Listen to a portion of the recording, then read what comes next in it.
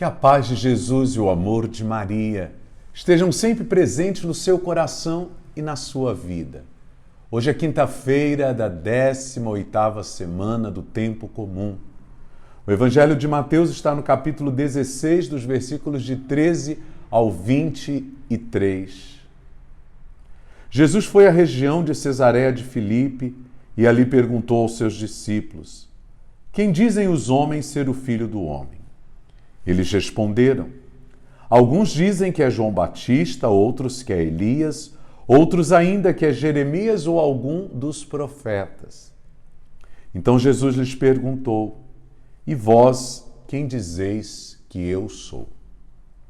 Simão Pedro respondeu: tu és o Messias, o Filho do Deus vivo. Respondendo, Jesus lhe disse: feliz és tu, Simão, filho de Jonas, porque não foi um ser humano que te revelou isso, mas o meu Pai que está no céu.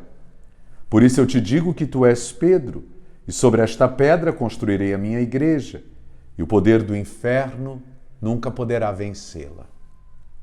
Eu te darei as chaves do reino dos céus.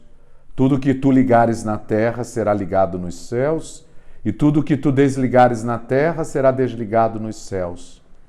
Jesus então ordenou aos discípulos que não dissessem a ninguém que ele era o Messias.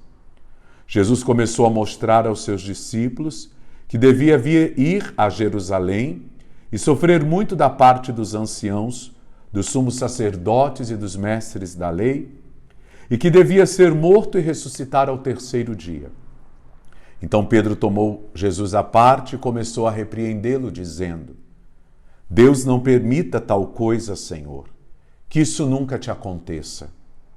Jesus, porém, voltou-se para Pedro e disse: vai para longe, Satanás.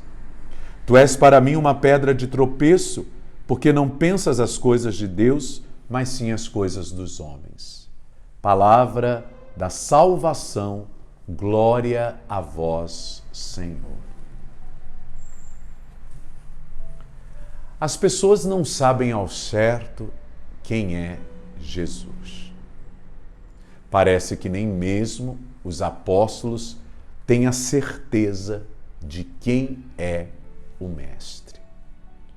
Uns dizem que é João Batista, outros que é Jeremias, Elias ou algum dos profetas. Movido pelo Espírito, Pedro nos apresenta a definição mais bonita e correta acerca de Jesus. Tu és o Messias, o Filho de Deus vivo. O Messias, o Salvador, o esperado. O Filho de Deus que veio a este mundo. Jesus então se alegra, porque na ação do Espírito, Pedro consegue compreender quem Jesus é. E por isso Jesus faz de Pedro a pedra, a rocha firme, sobre a qual ele vai edificar uma igreja tão forte que as portas do inferno não conseguirão prevalecer sobre ela. Uma igreja que se fará forte não pela força de suas armas, mas pela força da misericórdia.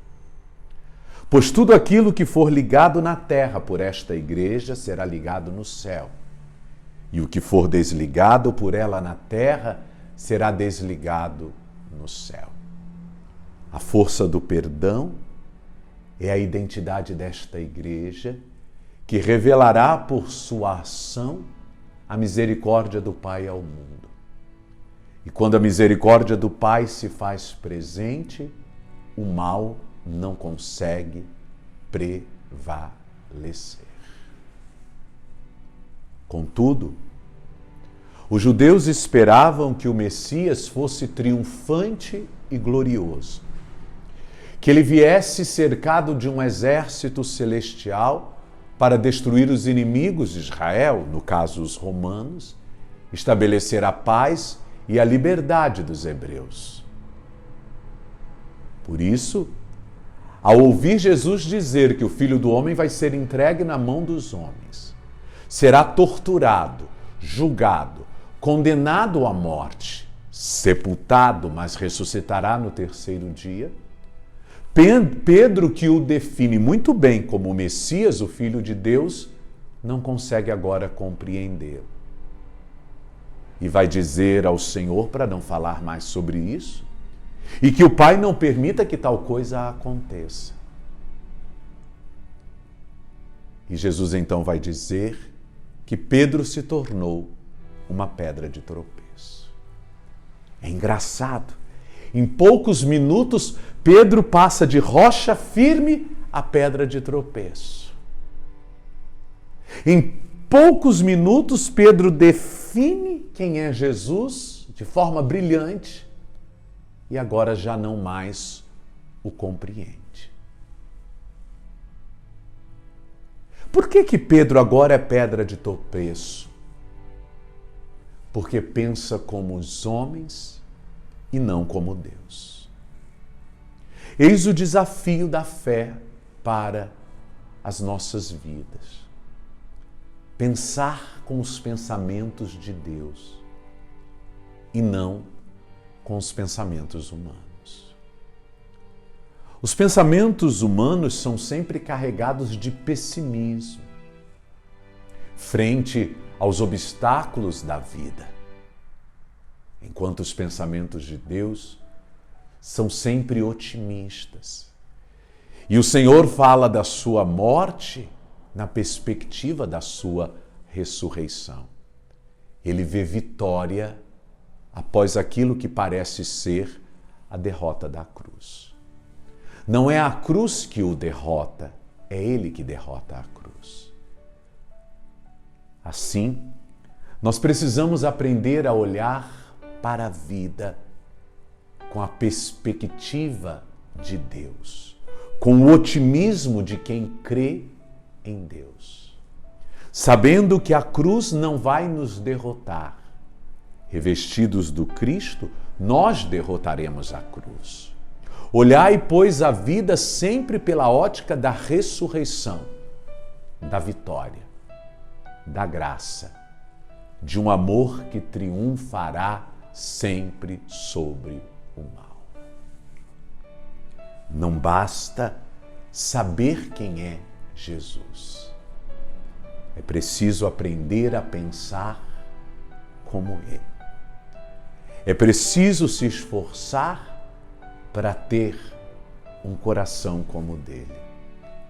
Afinal, Jesus não é definido em conceitos, mas sim no testemunho das vidas, que o aceitam como o Messias, o Filho de Deus.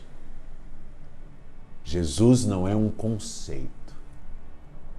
Jesus é um testemunho de vida. Porque Jesus transforma. Os conceitos nos fazem compreender, mas é a aceitação do seu projeto que nos leva a grandes transformações. Nos esforcemos para pensar como Deus e seremos para o reino rochas firmes a sustentá-lo. Caso contrário, seremos pedras de tropeço. Vamos tropeçar em nossas próprias pernas e cair. Para os problemas, o otimismo, jamais o pessimismo. Pois o Senhor tem o dom de acordar em nós a esperança. E se a história não terminou, é porque ainda existe uma esperança. E esta esperança tem um nome. E o seu nome é Jesus, o Messias, o Filho de Deus, o crucificado e ressuscitado para a nossa salvação. Que Deus te abençoe. Em nome do Pai, do Filho e do Espírito Santo. Amém.